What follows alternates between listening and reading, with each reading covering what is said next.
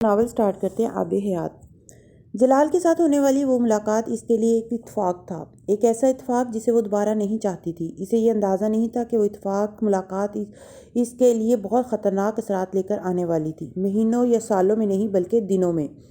2 دن بعد وہ ایک ڈنر میں مدعو تھے۔ وہ اس کی وقت سلار کے ساتھ کھڑی چند لوگوں سے مل رہی تھی جب اس نے ہیلو کی ایک شناسہ سی آواز سنی۔ امامہ نے گردن موڑ کر دیکھا اور بھی ہل نہیں سکی۔ وہ فاروق تھا جو بہت گرم جوشی کے ساتھ سلار سے مل رہا تھا۔ میری بیوی سلار اب اس کا تعارف کروا رہا تھا۔ تعارف کی ضرورت نہیں ہے، میں پہلے ہی ان سے مل چکا ہوں، فاروق نے بہت گرم جوشی سے کہا۔ سلار نے کچھ حیران سا ہو کر فاروق کو دیکھا۔ آپ پہلے مل چکے ہیں امامہ سے؟ بالکل، ابھی پرسوں ہی تو ملاقات ہوئی ہے، ڈاکٹر جلال انصر کے ساتھ لنچ کر رہی تھیں۔ دراصل جلال ہماری فیملی ڈاکٹر ہیں، انہوں نے بتایا کہ یہ ان کی پرانی کلاس فیلو ہیں، اور جب انہوں نے آپ کا وزٹنگ کارڈ انہیں دیا تب مجھے پتہ چلا کہ یہ آپ کی وائف ہیں، فاروق نے بڑے خوشگوار انداز میں کہا تھا۔ میں نے اور میری مسز نے تو کھانے پر انوائٹ کیا تھا، لیکن انہوں نے کہا کہ آپ آج کل مصروف ہیں۔ فاروق نے نہ امامہ کی فق ہوتی رنگت کو دیکھا، نہ سلار کے بے تاثر چہرے کو۔ جو کچھ وہ کہہ رہا تھا سلار کو اس پر یقین نہیں آ رہا تھا، لیکن یقین نہ کرنے کے لیے اس کے پاس کوئی وجہ نہیں تھی۔ اس کے کان جیسے سن ہو رہے تھے۔ اس نے گردن موڑ کر اپنے بائیں طرف کھڑی امامہ کو دیکھنے کی زحمت بھی نہیں کی تھی۔ وہ فی الحال اس کو دیکھنا نہیں چاہتا تھا۔ وہ جلال انصر کے ساتھ مل رہی تھی، اور کب سے؟ فاروق کی بات سنتے ہوئے امامہ نے خشک ہوتے ہوئے حلق کے ساتھ سلار کے چہرے پر نظر ڈالی۔ وہ بغور فاروق کی بات سن رہا تھا اور اس کا چہرہ بے تاثر تھا۔ اس نے اس کے بے تاثر چہرے کو دیکھ کر غلط اندازہ لگایا تھا۔ میں اسے سب کچھ بتا دوں گی، وہ میری بات سمجھ لے گا۔ اس کے بے تاثر چہرے نے امامہ کو عجیب سی خوش فہمی کا شکار کیا تھا۔ وہ ابتدائی شوق سے نکلنے لگی تھی۔ مجھے پرسوں سلار کو بتا دینا چاہیے تھا، تب اسے یہ شرمندگی نہ ہوتی۔ اسے ذرا پچھتاوا ہوا۔ وہاں کھڑے فاروق کی بات سنتے اور سلار کے چہرے پر نظر ڈالتے ہوئے اس نے ان حالات میں سلار کے رد عمل کو بالکل غلط سمجھا تھا، اور کیوں نہ سمجھتی کہ اتنے مہینوں سے وہ جس شخص کے ساتھ وہ رہ رہی تھی وہ اس کے ناز نخرے اٹھانے کے علاوہ اور کچھ نہیں کر رہا تھا۔ اس نے اسے کبھی یہ تاثر نہیں دیا تھا کہ وہ اس سے ناراض ہو سکتا تھا یا اس کی کسی غلطی پر اسے معاف نہیں کر سکتا تھا۔ آپ ظہیر صاحب سے ملیں؟ اس نے یکدم سلار کو فاروق کی بات کاٹتے دیکھا۔ آئے ہوئے ہیں کیا؟ ہاں، ابھی ہم لوگ آپ ہی کی بات کر رہے تھے، آئے میں آپ کو ملواتا ہوں۔ سلار فاروق کو لیے ایک طرف چلا گیا۔ ماما کی سمجھ میں نہیں آیا کہ اس نے موضوع بدلا تھا یا وہ فاروق کو واقعی کسی ظہیر صاحب سے ملوانا چاہتا تھا۔ وہ دوبارہ پلٹ کر اس کی طرف نہیں آیا۔ وہ ڈنر کے دوران بھی مردوں کے گروپ کے پاس کھڑا رہا۔ وہ خود بھی اپنی کچھ دوسری شناسہ خواتین کے ساتھ کھڑی رہی۔ ایسا پہلی بار ہو رہا تھا کہ کسی پارٹی میں وہ اس کے پاس ہی نہ آیا ہو۔ اسے کچھ پریشانی ہونے لگی، لیکن اسے ابھی بھی یقین تھا سلار اس چیز کو بہت بڑا ایشو نہیں بنائے گا۔ پارٹی کے ختم ہونے پر میزبانوں سے رخصت ہو کر وہ ہوٹل کی لابی کے دروازے پر اپنی کار کے انتظار میں کھڑے ہو گئے۔ امامہ نے ایک بار پھر اس کا چہرہ پڑھنے کی کوشش کی۔ اس کا چہرہ اتنا ہی بے تاثر تھا جتنا پہلے تھا، لیکن اس کی خاموشی اور سنجیدگی بے حد معنی خیز تھی۔ امامہ نے بات کا آغاز کرنے کا سوچا، تب بھی ہوٹل کا ایک ملازم ان کی گاڑی ڈرائیو وے پہ لے آیا۔ سلار اسے مخاطب کیے بغیر باہر نکل گیا۔ اسے اب شبہ نہیں رہا تھا کہ اس کی اس اچانک خاموشی اور بے اتنائی کی وجہ کیا تھی۔ گاڑی میں بیٹھے ہوئے بھی اس کی خاموشی اسی طرح تھی۔ گاڑی کے مین روڈ پر آنے کے چند منٹوں کے بعد امامہ نے اس طویل خاموشی کو توڑنے کی کوشش کی۔ تم ناراض ہو مجھ سے؟ Will you please shut up? وہ فریز ہو گئی تھی۔ میں اس وقت گاڑی ڈرائیو کرنا چاہتا ہوں، تمہاری بکواس سننا نہیں چاہتا۔ وہ اس پر چلایا نہیں تھا، لیکن جو کچھ اس کی نظروں اس کے ٹھنڈے لہجے میں تھا وہ امامہ کو مارنے کے لیے کافی تھا۔ اسے پہلی بار احساس ہوا کہ بات اتنی معمولی نہیں جتنی وہ سمجھ رہی تھی۔ وہ اسے دوبارہ مخاطب کرنے کی ہمت نہیں کر سکی۔ اتنے مہینوں میں اس نے پہلی بار اسے اندھا دھند گاڑی ڈرائیو کرتے دیکھا تھا۔ اپارٹمنٹ میں داخل ہونے کے بعد وہ اپنی جیکٹ لاؤنج میں صوفے پر پھینکتے ہوئے سیدھا کچن میں گیا۔ امامہ کی سمجھ میں نہیں آیا کہ وہ کچن میں جائے یا اس کے بیڈ روم میں آنے کا انتظار کرے۔ اپنی چادر اتارتے ہوئے وہ کچھ دیر اپارٹمنٹ کے بیرونی دروازے کے پاس کھڑی رہی۔ اس کا ذہن اب معاف ہونے لگا تھا۔ وہ اتنے مہینوں سے ایک عاشق اور دوست کے ساتھ رہ رہی تھی، اور آج پہلی بار ایک شوہر کا سامنا کر رہی تھی۔ کوریڈور میں کھڑے کھڑے اس نے اپنے سینڈلز اتارے، تب اس نے سلار کو کچن ایریا سے پانی کا گلاس لے جاتے اور پھر ڈائننگ ٹیبل کی کرسی پر بیٹھتے دیکھا۔ اب اس کی پشت امامہ کی طرف تھی۔ پانی کا گلاس خالی کر کے ٹیبل پر رکھتے ہوئے وہ اب اپنے گلے سے ٹائی اتار رہا تھا۔ وہ چند لمحے کھڑی سے دیکھتی رہی، پھر آگے بڑھائی۔ کرسی کھینچ کر وہ بیٹھی ہی تھی کہ وہ کرسی دھکیلتا ہوا اٹھ کھڑا ہوا۔ سلار، میری بات تو سنو، ابھی کچھ اور رہ گیا ہے جو تم نے مجھے بتانا ہے؟ اس نے سلار کی آنکھوں میں اپنے لیے کبھی تحقیر نہیں دیکھی تھی، لیکن آج دیکھ رہی تھی۔ مجھے وضاحت کا موقع تو دو۔ وضاحت؟ کس چیز کی وضاحت؟ تم مجھے یہ بتانا چاہتی ہو کہ تم نے اپنے ایکس بوائے فرینڈ کے لیے اپنے شوہر کو دھوکہ دینا کیوں ضروری سمجھا؟ اس کی آنکھوں میں آنسو آنے لگے۔ یا تم مجھے یہ بتاؤ گی کہ تمہارے ایکس بوائے فرینڈ کی وہ کون سی خوبی ہے جو تمہیں اپنے شوہر میں نظر نہیں آئی؟ وہ اپنے لہجے سے اسے کاٹ رہا تھا۔ اس سے بہتر ہے کہ تم مجھے صرف یہ بتا دو کہ تم کب سے اس سے مل رہی ہو۔ میں اتفاقاً اس سے ملی تھی، صرف ایک بار۔ اس نے تھرائی ہوئی آواز میں کچھ کہنے کی کوشش کی۔ سلار نے ڈائننگ ٹیبل پر پوری قوت سے ہاتھ مارا تھا۔ "اسٹاپ بیفولنگ می وومین"۔ وہ پوری قوت سے چلایا تھا۔ ماما کی آواز بند ہو گئی۔ وہ اس کے ہاتھ کانپنے لگے۔ یوٹوپیا ختم ہو رہا تھا۔ "تم سمجھتی ہو میں اب تم پر اعتبار کروں گا؟ تم نے میری نظروں میں آج اپنی عزت ختم کر لی۔ You are nothing but a bloody character". وہ کہتے وہ وہاں رکا نہیں تھا۔ وہ بیڈ روم میں جانے کی بجائے وہ اسٹڈی روم میں چلا گیا تھا۔ ماما نے مٹھیاں بھینج کر جیسے اپنے ہاتھوں کی کپاہٹ کو روکنے کی کوشش کی تھی۔ اس کے الفاظ اس کے کانوں میں بار بار گونج رہے تھے۔ وہ بے حد تکلیف دہ تھے، لیکن اس سے بھی زیادہ تکلیف دہ اس کی کاٹ دار نظریں تھیں۔ بات اتنی بڑی نہیں تھی جتنی سلار نے بنا لی تھی، لیکن بات اتنی چھوٹی بھی نہیں تھی جتنی اس نے سمجھ لی تھی۔ وہ اس کے اور جلال کے ماضی کے تعلق سے واقف نہ ہوتا تو کبھی بھی کسی کلاس فیلو کے ساتھ کھانا کھانے پر اتنا ہنگامہ کھڑا نہ کرتا۔ اسے خود ہی جلال سے ملاقات کے بارے میں بتا دینا چاہیے تھا۔ وہاں بیٹھے بیٹھے آنسوؤں کے ساتھ اب وہ خود کو ملامت کر رہی تھی۔ وہ اٹھ کر بیڈ روم میں آ گئی۔ سونے کا تو سوال ہی پیدا نہیں ہوتا تھا۔ وہ معاف ذہن و حواس کے ساتھ صرف سلار کے الفاظ ذہن سے نکالنے کی کوشش کر رہی تھی۔ سوال یہ نہیں تھا کہ اسے غلط سمجھ رہا تھا، سوال یہ تھا کہ ایسا کیوں ہوا؟ کیا وہ بھی اسے اسی طرح ناقابل اعتبار سمجھتا ہے جس طرح وہ اسے سمجھتی ہے؟ وہ ساری رات جاگتی رہی۔ سلار بیڈ روم میں نہیں آیا تھا۔ اسے یقین تھا صبح تک اس کا غصہ ختم نہیں تو کم ضرور ہو جائے گا، اور وہ اس سے دوبارہ بات کرنا چاہتی تھی۔ وہ فجر کے وقت کمرے میں آیا تھا۔ اس پر ایک نظر ڈالے بغیر وہ کپڑے تبدیل کر کے نماز پڑھنے کے لیے چلا گیا تھا۔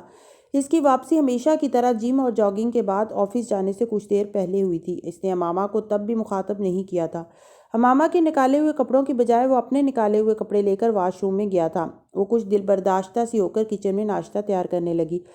سلار تیار ہو کر لاؤنج میں آیا، لیکن ناشتے کی ٹیبل پر جانے کی بجائے وہ اسٹڈی روم میں چلا گیا۔ اسے پتا تھا کہ وہ اپنا لیپ ٹاپ لینے وہاں گیا ہے، لیکن یہ وہ ناشتہ کرنے کے بعد کیا کرتا تھا۔ آج پہلے لینے کا مطلب تھا کہ سلار ناشتہ لگا دی ہے میں نے۔ اس کے اسٹڈی روم سے نکلنے پر امامہ نے اسے کہا، اس کے لیے تم جلال کو بلا لو۔ اس نے بات نہیں کی تھی، اسے کوڑا مارا تھا۔ وہ سفید پڑ گئی۔ وہ ایک لمحہ رکے بغیر اپارٹمنٹ کا دروازہ کھول کر نکل گیا۔ اسے احساس نہیں ہوا کہ وہ کتنی دیر وہیں ڈائننگ ٹیبل کے قریب کھڑی رہی۔ اس کے لفظ کسی خاردار تار کی طرح اس کے وجود کو اپنی گرفت میں لیے ہوئے تھے۔ وہ سارا دن کچھ نہیں کھا سکی تھی۔ اس نے دوبارہ سلار کو کال کی، لیکن اس نے کال ریسیو نہیں کی۔ اسے یہی توقع تھی۔ اس نے ٹیکسٹ میسیج کے ذریعے اس سے معافی مانگی۔ اس نے ٹیکسٹ میسیج کا بھی کوئی جواب نہیں دیا۔ وہ روزانہ 7 یا 8 بجے کے قریب گھر آ جاتا تھا۔ اگر کبھی اسے دیر سے آنا ہوتا تو اسے مطلع کر دیا کرتا تھا، لیکن اس دن وہ رات کو تقریباً 10 بجے قریب گھر آیا۔ آج بہت دیر ہو گئی، امامہ نے دروازہ کھولنے پر پوچھا۔ سلار نے جواب نہیں دیا۔ وہ کھڑی صرف اسے دیکھتی رہ گئی۔ لاؤنج میں ریموٹ کنٹرول سے ٹی وی آن کرتے ہوئے وہ بیڈ روم میں چلا گیا۔ یہ جیسے اشارہ تھا کہ وہ دوبارہ ٹی وی دیکھنے کے لیے وہاں آئے گا۔ امامہ کو یقین تھا کہ وہ کھانا نہیں کھائے گا، لیکن بوجھل دل کے ساتھ اس نے کھانا لگانا شروع کر دیا تھا۔ وہ 10-15 منٹ کے بعد کپڑے تبدیل کر کے لاؤنج میں آ گیا تھا۔ فریج سے ایک انرجی ڈرنک نکال کر وہ لاؤنج کے صوفے پر بیٹھ کر چینل سرفنگ کرنے لگا۔ کھانا تیار ہے، امامہ نے اسے انفارم کیا۔ وہ ٹی وی دیکھتا رہا۔ تم کھانا کیوں نہیں کھا رہے؟ وہ آگے بڑھی۔ اس نے ٹی وی سے نظریں ہٹا کر اسے دیکھا۔ یہ میرا گھر ہے، یہاں موجود ہر چیز میری ہے، اور کھانا کھانا یا نہ کھانا میرا مسئلہ ہے، تمہارا نہیں۔ اس کی آنکھوں میں بے رخی کے علاوہ کچھ نہیں تھا۔ میں نے تمہارے انتظار میں ابھی تک کھانا نہیں کھایا۔ اس نے کبھی اس شخص کے سامنے اپنا ایسا لہجہ رکھنے کا سوچا تک نہیں تھا۔ وہ محبت نہیں بلکہ رشتہ تھا جو اس کو کمزور کر رہا تھا۔ Stop this bullshit. وہ چینل تبدیل کرتے ہوئے عجیب سے انداز میں ہنسا تھا۔ میں تمہارے ہاتھوں بیوقوف ضرور بن گیا ہوں، لیکن بیوقوف ہوں نہیں۔ سلار، تم جو سمجھ رہے ہو ایسا بالکل بھی نہیں ہے۔ وہ اس کے سامنے کے صوفے پر بیٹھ گئی تھی۔ بالکل ٹھیک کہا تم نے۔ جو میں تمہیں سمجھ رہا تھا وہ واقعی غلط تھا۔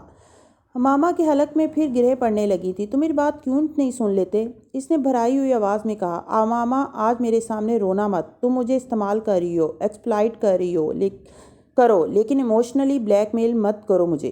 وہ اس کی آنکھوں میں نمودار ہوتے آنسوؤں کو دیکھ کر بری طرح مشتعل ہوا تھا۔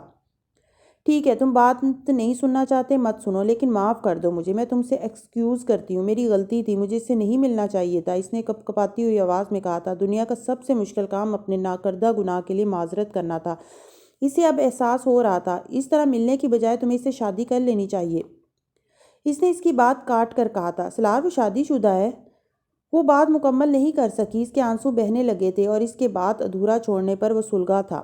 بہت دکھ ہے تمہیں اس کے شادی شدہ ہونے کا، تو کہو اسے تم اسے سیکنڈ میرج کر لے یا بیوی کو طلاق دے، لیکن اسے ایسا کرنے کی کیا ضرورت ہے؟ تم تو ویسے ہی اسے اویلیبل ہو۔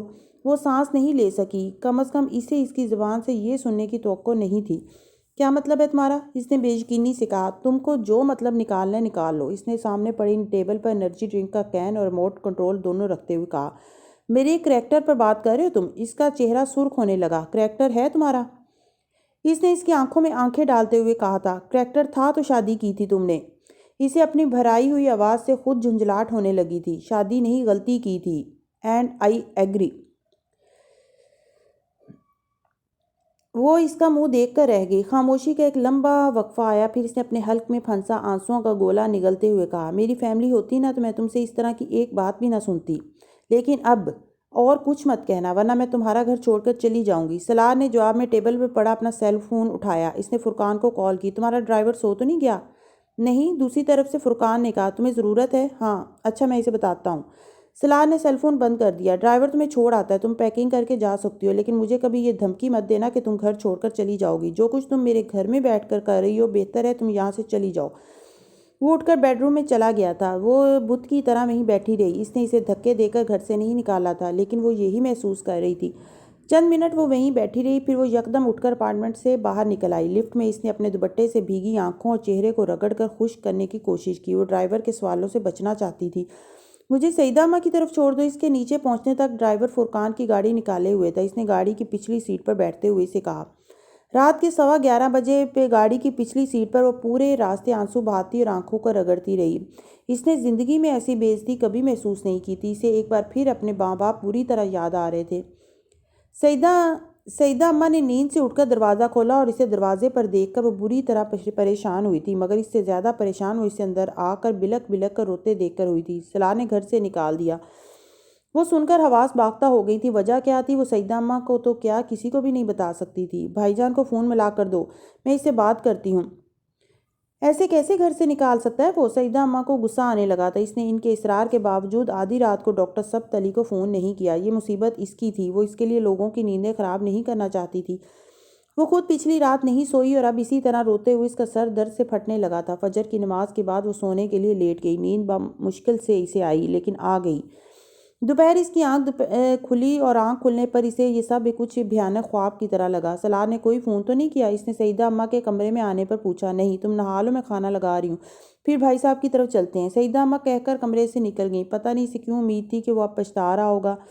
شاید اس کے چلے جانے کے بعد اسے احساس ہو گیا ہوگا کہ اس نے زیادتی کی ہے۔ 12 گھنٹے غصہ ختم ہونے کے لیے کافی تھے۔ اگر یہ سب کچھ اس نے غصے میں کیا تھا تو اس نے بوجھل دل کے ساتھ شاور لیا اور سعیدہ اماں کے گھر پڑے ہوئے اپنے کپڑوں میں سے ایک جوڑا نکال کر پہن لیا۔ وہ پچھلے کئی مہینوں سے اتنے قیمتی کپڑے پہننے کی عادی ہو گئی تھی کہ اپنے جسم پر وہ جوڑا اسے خود ہی عجیب سا لگ رہا تھا۔ اسے بہت بھوک لگ رہی تھی، لیکن کھانے کے 2 لقمے لیتے ہی اس کی بھوک مر گئی۔ سعیدہ اماں نے زبردستی اسے کھانا کھلایا۔ وہ کھانے کے فوراً بعد ڈاکٹر صاحب کی طرف جانا چاہتی تھی، لیکن امامہ ڈاکٹر صاحب کو ان کے آفس فون پر اس طرح کی گفتگو سے پریشان نہیں کرنا چاہتی تھی۔ سلار ہفتے میں 2 دن ڈاکٹر صاحب کے پاس رات کو جایا کرتا تھا اور آج بھی وہی دن تھا جب اسے وہاں جانا تھا۔ وہ چاہتی تھی کہ وہ ڈاکٹر صاحب سے اس کے بارے میں جو کہنا چاہتا ہے اس سے پہلے ہی کہہ دے۔ کم از کم اسے بیٹھے بٹھائے شرمندگی کا وہ بوجھ نہ اٹھانا پڑے جو اس سارے معاملے کے بارے میں انہیں بتا کر اسے اٹھانا پڑتا، لیکن سعیدہ اماں اس پر تیار نہیں تھی۔ وہ زبردستی اسے ساتھ لے کر ڈاکٹر صاحب کے گھر آ گئی تھی۔ کلثوم آنٹی سب کچھ سن کر سعیدہ اماں کی طرح حواس باختہ ہوئی تھیں۔ ڈاکٹر صاحب ابھی آفس سے نہیں آئے تھے۔ لیکن بیٹا جھگڑا کس بات پر ہوا؟ امامہ کے پاس اس ایک سوال کا جواب نہیں تھا۔ سعیدہ اماں اور کلثوم آنٹی کے ہر بار پوچھنے پر اسے احساس ہوتا کہ اس سوال کا جواب اس کی نیت صاف ہونے کے باوجود اس کو مجرم بنا رہا تھا۔ اگر وہ سعیدہ اماں کلثوم آنٹی کو یہ بتاتی کہ وہ اپنے ایک پرانے دوست کے ساتھ کھانے پر گئی تھی یا کسی پرانے کلاس فیلو کے ساتھ تھی تو دونوں صورتوں میں وہ کبھی بھی اچھے رد عمل کا اظہار نہ کرتی۔ وہ یہ سب کچھ ڈاکٹر صاحب کو بھی نہیں بتا سکتی تھی، جو گھر آتے ہی اسے اس طرح دیکھ کر پریشان ہوئے تھے۔ اسے میرے کریکٹر پر شک ہے، اس نے ان کے بار بار پوچھنے پر سر جھکائے ہوئے کہا۔ ڈاکٹر سبت علی کو جیسے شاک لگا۔ سعیدہ اماں کلثوم آنٹی بھی بول نہیں سکیں۔ ڈاکٹر صاحب نے اس کے بعد اس سے کوئی سوال نہیں کیا تھا۔ وہ رات کو آئے گا تو میں اس سے بات کروں گا، پریشانی کی بات نہیں ہے، ٹھیک ہو جائے گا سب کچھ۔ انہوں نے امامہ کو تسلی دی۔ میں اس کے ساتھ نہیں رہنا چاہتی، میں جاب کر لوں گی، لیکن میں اب اس کے گھر نہیں جاؤں گی۔ ڈاکٹر سبت علی نے اس کی کسی بات کے جواب میں کچھ نہیں کہا تھا۔ وہ اب بھی جیسے شاک میں تھے۔ سالار سکندر کے بارے میں جو تاثر وہ آج تک بنائے بیٹھے تھے وہ بری طرح مسخ ہوا تھا۔ وہ خود کو یہ یقین دلانے کی کوشش کر رہے تھے کہ سب کچھ کسی غلط فہمی کا نتیجہ ہو سکتا ہے، ورنہ سالار اس لڑکی کو آدھی رات کو اپنے گھر سے اس طرح کے الزام لگا کر خالی ہاتھ نہیں نکال سکتا تھا جسے وہ اپنی بیٹی کہتے تھے۔ فرقان اس رات اکیلا آیا، سالار اس کے ساتھ نہیں تھا۔ ڈاکٹر صاحب نے لیکچر کے بعد اسے روک لیا اور سالار کے بارے میں پوچھا۔ وہ کچھ مصروف تھا اس لیے نہیں آ سکا۔ فرقان نے اطمینان سے کہا، آپ کو اس نے بتایا ہے کہ اس نے امامہ کو گھر سے نکال دیا ہے؟ فرقان چند لمحے بول نہیں سکا۔ امامہ کو؟ اس نے بے یقینی سے کہا۔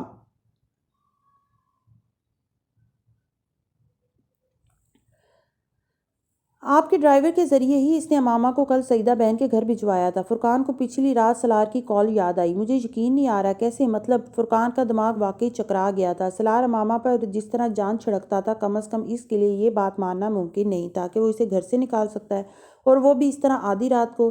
وہ اسے کل جم میں بہت خاموش سا لگا تھا اور آج وہ جم میں آیا ہی نہیں تھا، لیکن اس کے وہم و گمان میں بھی یہ نہیں تھا کہ اس خاموشی کا کوئی تعلق امامہ سے ہو سکتا ہے۔ میں اسے ابھی فون کرتا ہوں، میری تو کچھ سمجھ میں نہیں آ رہا۔ فرقان نے پریشان ہوتے ہوئے سالار کو اپنے سیل سے کال کی۔ سالار کا سیل آف تھا۔ اس نے دوبارہ گھر کے نمبر پر ٹرائی کیا، کسی نے فون نہیں اٹھایا۔ اس نے کچھ حیران ہو کر ڈاکٹر صاحب کو دیکھا۔ فون نہیں اٹھا رہا، سیل آف ہے، میں گھر جا کر بات کرتا ہوں اس سے۔ آپ امامہ کو میرے ساتھ بھیج دیں۔ فرقان واقعی پریشان ہو گیا تھا۔ نہیں، امامہ آپ کے ساتھ نہیں جائے گی، اس نے نکالا ہے، وہ معذرت کر کے خود لے کر جائے۔ ڈاکٹر سبت علی نے بہت دو ٹوک انداز میں کہا، آپ اسے جا کر میرا پیغام دے دیں۔ فرقان نے کبھی ڈاکٹر سبت علی کو اتنا سنجیدہ نہیں دیکھا تھا۔ سالار نے بیل کی آواز کو چند بار نظر انداز کرنے کی کوشش کی، لیکن پھر اسے اندازہ ہو گیا کہ فرقان جانے کا کوئی ارادہ نہیں رکھتا، اور اس کا یہ ارادہ کیوں تھا وہ جانتا تھا۔ اس نے جا کر دروازہ کھولا، پھر دروازہ کھلا چھوڑ کر اندر آ گیا۔ تم نے امامہ کو گھر سے نکال دیا ہے؟ فرقان نے اندر آتے ہوئے اپنے عقب میں دروازہ بند کرتے ہوئے کہا۔ میں نے نہیں نکالا، خود گھر چھوڑ کر گئی ہے۔ سالار نے پیچھے دیکھے بغیر اسٹڈی روم میں جاتے ہوئے کہا۔ مجھ سے جھوٹ مت بولو، تم نے خود مجھے ڈرائیور کو بھیجنے کے لیے کہا تھا۔ فرقان نے اس کے پیچھے اسٹڈی روم میں آ گیا۔ ہاں کہا تھا، کیونکہ اس نے مجھے گھر چھوڑنے کی دھمکی دی تھی، تو میں نے کہا ٹھیک ہے، تمہیں کل جانا ہے تم آج چلی جاؤ، لیکن میں نے اسے نہیں نکالا۔ اس نے اپنی کرسی پر بیٹھتے ہوئے بے تاثر چہرے کے ساتھ کہا۔ فرقان نے سگریٹ کے ٹکڑوں سے بھرے ایش ٹرے کو دیکھا اور پھر سلگتے ہوئے سگریٹ کو جو وہ دوبارہ اٹھا رہا تھا۔ بیویاں گھر چھوڑنے کی دھمکیاں دیتی ہی رہتی ہیں، اس کا مطلب یہ نہیں کہ انہیں اس طرح گھر سے نکال دو۔ فرقان نے بیڈ پر بیٹھتے ہوئے کہا۔ دیتی ہوں گی، but she dare not do that to me, اس نے فرقان کی بات کاٹ کر کہا۔ ڈاکٹر صاحب کتنے پریشان ہیں، تمہیں اس کا اندازہ ہے؟ یہ میرا اور اس کا معاملہ ہے۔ وہ ڈاکٹر صاحب کو درمیان میں کیوں لے کر آئی ہے؟ وہ سلگا تھا۔ وہ کیسے نہ لے کر آتی؟ تم اسے گھر سے نکالو گے اور ڈاکٹر صاحب کو پتہ نہیں چلے گا؟ وہ چاہتی تو نہ پتہ چلتا، اگر اتنی جرأت تھی کہ گھر سے چلی گئی تو پھر اتنا حوصلہ بھی ہونا چاہیے تھا کہ منہ بند رکھتی۔ اس نے سگریٹ کا ٹکڑا ایش ٹرے میں پھینک دیا۔ تمہیں کیا ہوا ہے؟ کچھ نہیں۔ کس بات پر جھگڑا ہوا تم دونوں کا؟ بس ہو گیا کسی بات پر۔ وہ کم از کم وجہ بتانے کا کوئی ارادہ نہیں رکھتا تھا۔ فرقان آدھے گھنٹے کے سوال و جواب و بحث کے باوجود اس سے وجہ نہیں پوچھ سکا تھا۔ پھر جیسے اس نے ہتھیار ڈالتے ہوئے کہا، ٹھیک ہے، جو ہو گیا سو ہو گیا، اب تم اسے لے آؤ۔ یہ میں نہیں کروں گا، نہ میں نے اسے نکالا ہے، نہ میں اسے لے کر آؤں گا۔ وہ خود آنا چاہتی ہے تو آ جائے، اس نے دو ٹوک انداز میں کہا۔ اور ڈاکٹر صاحب یہ سب نہیں ہونے دیں گے، وہ اپنی مرضی سے گئی ہے یا تم نے اسے نکالا ہے؟ ڈاکٹر صاحب کا پیغام یہی ہے کہ تم جا کر معذرت کر کے اسے لے کر آؤ۔ سالار خاموش رہا۔ میرے ساتھ چلو، ابھی اسے لے آتے ہیں۔ میں نہیں جاؤں گا، ڈاکٹر صاحب سے میں خود بات کر لوں گا۔ ابھی کرو بات۔ میں ابھی بات نہیں کرنا چاہتا، میں چاہتا ہوں وہ کچھ دن وہاں رہے، یہ اس کے لیے اچھا ہوگا۔ فرقان اگلے 2 گھنٹے وہیں بیٹھا اسے سمجھاتا رہا، لیکن وہ اس کے انکار کو اقرار میں بدل نہیں سکا۔ وہ بے حد ناخوش تھا۔ سالار کے اپارٹمنٹ سے گیا اور اس کی خفگی نے سالار کی فرسٹریشن میں اضافہ کیا۔ اس نے فرقان سے غلط نہیں کہا تھا، وہ واقعی امامہ کو گھر سے بھیجنے کا کوئی ارادہ نہیں رکھتا تھا۔ اس نے اسے دھمکانے کی کوشش کی تھی اور اس کے وہم و گمان میں بھی نہیں تھا کہ وہ واقعی اٹھ کر چلی جائے گی۔ اس کے اس طرح چلے جانے سے سالار کی اشتعال میں اضافہ ہوا۔ اس سے شادی کے بعد وہ پہلی بار ضد میں آیا تھا، اور یہ صحیح تھا یا غلط؟ ایک مرد کی طرح اب اسے اس کی کوئی پرواہ نہیں تھی۔ وہ پریشان تھا، اپسٹ تھا، لیکن اب ہار ماننے کے لیے تیار نہیں تھا۔ ڈاکٹر سبت علی اگلے 4 دن اس کا انتظار کرتے رہے، وہ نہیں آیا۔ نہ اس نے انہیں فون کیا، انہیں خود اسے فون کرنے میں عار تھا۔ انہیں کہیں نہ کہیں یہ توقع تھی کہ وہ ان کا اتنا احترام ضرور کرتا تھا کہ ان کا پیغام ملنے پر آ جائے گا، لیکن اس کی مکمل خاموشی نے جیسے انہیں ذہنی دھچکا پہنچایا تھا۔ ماما اس دن سے انہی کے گھر پر تھی۔ انہوں نے یہ بہتر سمجھا تھا کہ جب تک یہ مسئلہ حل نہیں ہو جاتا وہ انہی کے گھر رہے۔ فرقان ڈاکٹر سبت علی کے گھر اور سالار کے اپارٹمنٹ کے درمیان گھن چکر بنا ہوا تھا۔ وہ ہر روز ڈاکٹر صاحب کے پاس آ رہا تھا۔ یہ جیسے اس کی طرف سے اس شرمندگی کو ظاہر کرنے کی کوشش تھی جو وہ سالار کی اس رویے پر محسوس کر رہا تھا۔ اس صورتحال میں سب سے زیادہ ابتر ذہنی حالت امامہ کی تھی۔ اسے یہ یقین کرنا مشکل ہو رہا تھا کہ سالار اس کے معاملے میں اس طرح کا رویہ دکھا سکتا ہے۔ وہ گھر میں ڈاکٹر صاحب اور کلثوم آنٹی کی پریشانی دیکھ کر خود اور بھی زیادہ مجرم محسوس کر رہی تھی اور اسی ذہنی تناؤ کی وجہ سے اسے بخار رہنے لگا تھا۔ چوتھے دن ڈاکٹر سبت علی نے سلار کو فون کر دیا۔ وہ آفس میں بیٹھا ہوا تھا اور سیل پر ڈاکٹر صاحب کا نمبر دیکھتے ہوئے چند لمحے ہل نہیں سکا۔ یہ ایک ایسی کال تھی جسے وہ بچنا بھی چاہتا تھا اور جسے وہ اٹینڈ نہ کرنے کی جرت بھی نہیں کر سکتا تھا۔ رسمی سلام دعا کے بعد ڈاکٹر سبت علی نے کسی تمہید کے بعد اسے کہا، آپ اگر شام کو میری طرف آ سکتے ہیں تو ٹھیک ہے، ورنہ میں آ جاتا ہوں۔ اگر معاملہ حل ہو سکا تو بہتر ہوگا، ورنہ معاملہ ختم کر لیں گے۔ ان کے الفاظ میں اس کے لیے کسی قسم کا ابہام نہیں تھا۔ میں آ جاؤں گا، مہربانی ہوگی آپ کی۔ انہوں نے کسی مزید بات کے بغیر سلام کر کے فون بند کر دیا۔ وہ فون ہاتھ میں پکڑے بیٹھا رہا۔ ڈاکٹر سبت علی کا یہ لہجہ اس کے لیے نیا تھا لیکن غیر متوقع نہیں تھا۔ غیر متوقع صرف وہ جملہ تھا جو انہوں نے آخر میں کہا۔ معاملہ ختم کرنے تک کی نوبت کیسے آ گئی تھی اس کے نزدیک یہ صرف ایک جھگڑا تھا۔ پہلی بار اس کے پیٹ میں گرہ پڑی تھی۔ اس شام کو ڈاکٹر سبت علی نے ہمیشہ کی طرح اسے دروازے پر ریسیو نہیں کیا تھا، نہ اس سے مصافحہ کیا اور نہ ہی وہ اس کے لیے اٹھے تھے۔ وہ ملازم کے ساتھ اندر آیا۔ ڈاکٹر سبت علی لاؤنج میں کوئی کتاب پڑھ رہے تھے۔ اس کے آنے پر انہوں نے وہ کتاب بند کر کے ایک طرف رکھ دی۔ سلار سلام کرنے کے بعد سامنے والے صوفے پر بیٹھ گیا۔ میں تم سے بہت لمبی چوڑی بات نہیں کروں گا سلار۔ سلار نے سر اٹھا کر انہیں دیکھا۔ وہ پہلی بار ان کے منہ سے تم کا طرز تخاطب سن رہا تھا اور وہ بھی اپنے لیے، ورنہ وہ اپنے ملازم کو بھی آپ کہہ کر مخاطب کیا کرتے تھے۔ میں پچھلے 4 دن سے صرف اس بات پر شرمندہ ہوں کہ میں نے امامہ کی شادی تم سے کیوں کروائی۔ تم اس قابل نہیں تھے۔ محبت کے دعوے کرنا اور بات ہوتی ہے لیکن کسی عورت کو اپنے گھر میں عزت سے رکھنا ایک بالکل الگ بات۔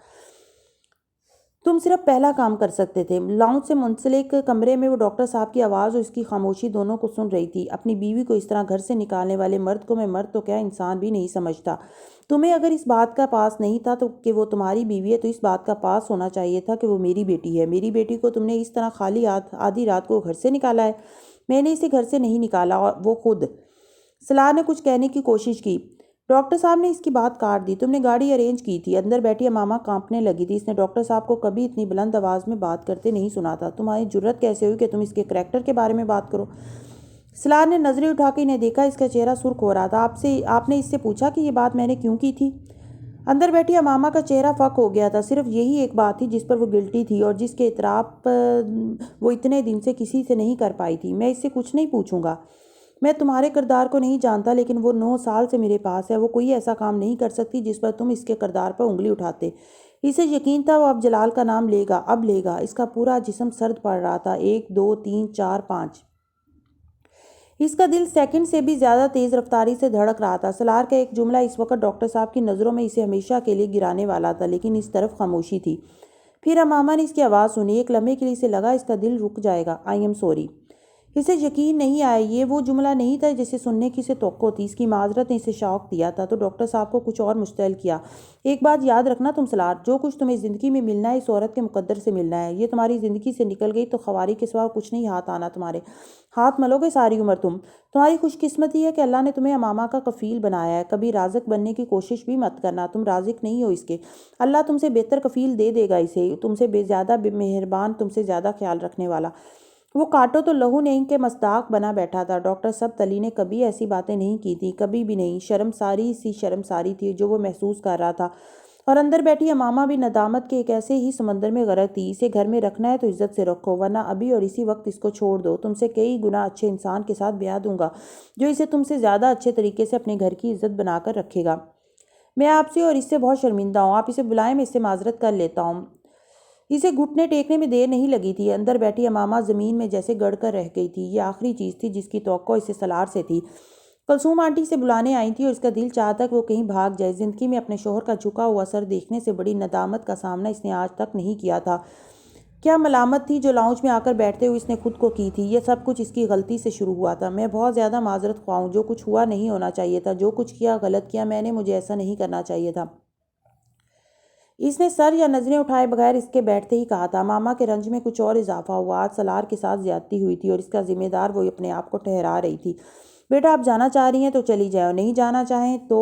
ڈاکٹر صاحب نے اس سے کہا۔ نہیں، میں جانا چاہتی ہوں۔ اس نے اپنی آنکھیں رگڑتے ہوئے کہا۔ ٹھیک ہے، پھر اپنا سامان پیک کر لیں۔ ڈاکٹر صاحب نے اس سے کہا۔ وہ اٹھ کر کمرے میں آ گئی۔ 2 دن پہلے کلثوم آنٹی نے اسے کچھ کپڑے اور ضرورت کی چیزیں لا کر دی تھی۔ اس نے انہیں ایک بیگ میں رکھ لیا۔ ڈاکٹر صاحب امامہ کے اٹھتے ہی اسٹڈی روم میں چلے گئے اور وہ سر جھکائے بیٹھا رہا۔ بیٹا کھانا لگواؤں؟ کلثوم آنٹی نے جیسے ماحول کو بہتر کرنے کی کوشش کی۔ نہیں، میں کھانا کھا کر آیا ہوں۔ اس نے اب بھی نظریں نہیں اٹھائی، وہ نظریں اٹھانے کے قابل ہی نہیں رہا تھا۔ ملازم سافٹ ڈرنک کا ایک گلاس اسے دے کر گیا تھا۔ صلاح نے کچھ کے بغیر گلاس اٹھا کر چند گھونٹ لے کر رکھ دیا۔ اسے اپنی چیزیں پیک کر کے باہر آنے میں 5 منٹ سے زیادہ نہیں لگے تھے۔ صلاح نے کھڑے ہو کر خاموشی سے اس سے بیگ لے لیا۔ ڈاکٹر صاحب بھی تب تک اسٹڈی روم سے نکل آئے۔ وہ ان دونوں کو گاڑی تک چھوڑنے آئے تھے، مگر ہمیشہ کی طرح وہ سلار سے بغل گیر نہیں ہوئے۔ گاڑی کے سڑک پر آنے تک دونوں کے درمیان کوئی بات نہیں ہوئی۔ پھر سلار نے کہا، میں تم سے شرمندہ ہوں۔ وہ دوبارہ اس سے معذرت کی توقع نہیں کر رہی تھی۔ سلار، میں تم سے بہت شرمندہ ہوں۔ مجھے نہیں پتا تھا کہ ابو کو اتنا غصہ آئے گا۔ انہوں نے تمہارے ساتھ… سلار نے اس کی بات کاٹ دی۔ نہیں، ٹھیک کیا انہوں نے، جو بھی کیا۔ غلط تو کچھ بھی نہیں کیا انہوں نے، لیکن میں نے تمہارے کریکٹر کے بارے میں کچھ نہیں کہا تھا۔ تمہارا مطلب یہ ہے کہ تم یہ سب کچھ کہو گے اور میں یہ نہ سمجھوں کہ تم میرے کریکٹر پر انگلی اٹھا رہے ہو؟ سلار خاموش رہا تھا۔ وہ مجھے اتفاقاً اس دن پارکنگ میں مل گیا تھا۔ کچھ دیر کی خاموشی کے بعد اس نے کہنا شروع کیا۔ سلار نے اس بار اسے نہیں ٹوکا۔ ابھی چند ماہ پہلے اس نے دوسری شادی کی ہے۔ اس نے لنچ کے لیے اصرار کیا۔ مجھے خیال بھی نہیں آیا کہ تمہیں برا لگ سکتا ہے، اور میں نے تو لنچ بھی نہیں کیا تھا۔